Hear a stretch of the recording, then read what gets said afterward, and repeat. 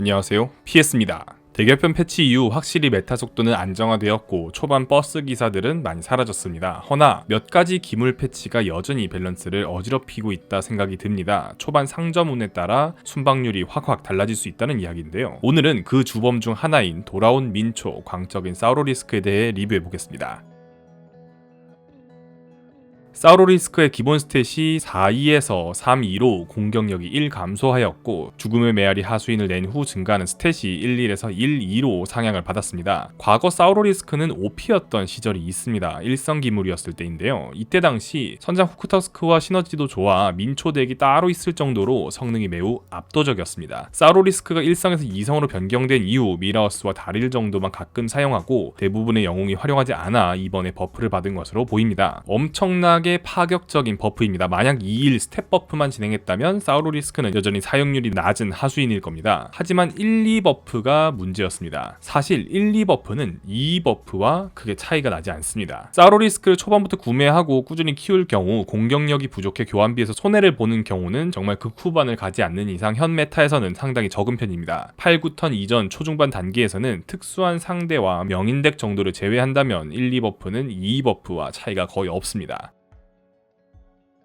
사우로리스크는 명인과 비교가 가능합니다. 성장 효율이 거의 같습니다. 명인은 2버프이지만 앞에서 말한 것처럼 초중반 단계에서는 1, 2버프나 2버프나 큰 차이가 없습니다. 사우로리스크는 명인보다 성장에서 3가지의 유리한 점을 가집니다. 첫 번째, 명인과 다르게 성장을 하는 데 있어서 체력이 깎이지 않습니다. 두 번째, 악마 기물에 비해 죽음의 메아리 기물이 더 많이 존재합니다. 모든 종족이 살아있을 때 기준으로 악마의 경우 1성 2개, 2성 2개, 3성 2개, 4성 3개가 존재합니다. 죽음의 메아리 하수인의 경우 1성 2개, 2성 7개, 3성 5개, 4성 3개가 존재합니다. 차이가 좀 나는 편이죠. 세 번째, 기본적인 기물 성능을 비교해보면 죽음의 메아리 기물이 악마 기물보다 대부분 뛰어납니다. 특히 2, 3성 구간에서 죽음의 메아리 기물들은 상당히 강력한 편이라 사우로리스크가 없더라도 필드를 강하게 가져가기 위해 많이 활용하는 편이었습니다. 이는 또한 황금 카드 작업에 대한 리스크를 상당히 줄여줍니다. 황금 카드를 억지로 보기 위해 필드가 약해지는 경우가 상당히 많은데 죽음의 메아리 하수인들은 성능 자체가 뛰어나 이러한 리스크가 상당히 적은 편입니다. 하지만 사우로리스크의 경우 2성 기물이어서 명인에 비해 빠르게 2개를 확보하는 게 어렵다는 가장 큰 단점은 있습니다.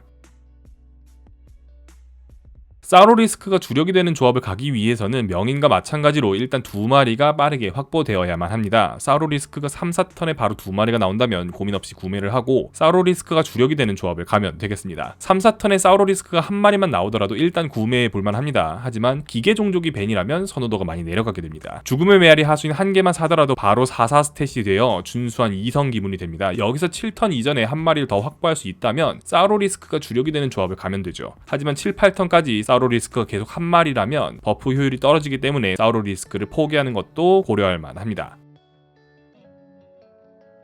빠르게 사우로리스크를 2개 확보하여 사우로리스크 덱을 키울 경우 크게 3가지 조합을 가는 게 가능합니다. 첫 번째, 가장 좋은 건 기계 조합입니다. 죽음의 메아리 하수인 종류가 가장 많고 기물 자체의 성능도 매우 뛰어납니다. 특히 증식이를 기계 조합을 가는 경우 거의 무조건 구매하게 되기 때문에 가장 좋은 시너지를 가집니다. 기계 조합을 가게 된다면 사우로리스크는 자동으로 크게 됩니다. 죽음의 메아리 기계의 황금 카드 작업의 리스크가 거의 없어진다는 게 큰 장점입니다. 두 번째는 야수 조합입니다. 보통 5레벨 발견으로 엄마곰이 빠르게 나올 경우 가게 되는데요. 최근 메타에서 야수 조합은 엄마곰을 빠르게 확보할 시 필드에 남은 자리를 죽음의 메아리 야수로 일단 빠르게 채우고 최종적으로 앵드린 조합을 노리고 운영을 하기 때문에 죽음의 메아리 하수인을 많이 구매하지는 않습니다. 사우로리스크의 성장 포텐셜은 기계 조합보다는 많이 떨어진다는 이야기죠. 하지만 사우로리스크는 죽음의 메아리가 달려있지 않기 때문에 앵드린 조합을 가더라도 끝까지 사용할 수 있어 마지막에 도발을 바르고 사용할 수 있다는 점이 큰 장점입니다. 세 번째는 빗송곳니 덱입니다. 야수 조합과 마찬가지로 5레벨 발견으로 빠르게 빗송곳니가 나올 경우 가게 됩니다. 야수 기물의 자리로 잘 키운 사우로리스크를 사용하고 자연스럽게 나머지 종족 기물들을 채우면 됩니다. 이 경우 죽음의 메아리를 통한 사우로리스크의 성장은 사실상 포기하게 됩니다. 중간중간 고대의 파수꾼을 통한 성장이나 최종 조합에서 헌신정의 영웅의 활용 정도뿐이죠. 그 외에 추가로 아라나 스타시커의 경우 2레벨에서 상점 레벨을 고정하고 광적인 사우로리스크를 6마리 이상 확보하고 키우는 조합 또한 존재합니다. 이전 민초 덱과 비슷한 운영법이죠. 상황에 따라 분노의 명인을 추가해 악마 간수와 악독한 시종의 효율을 최대화하는 것도 가능합니다.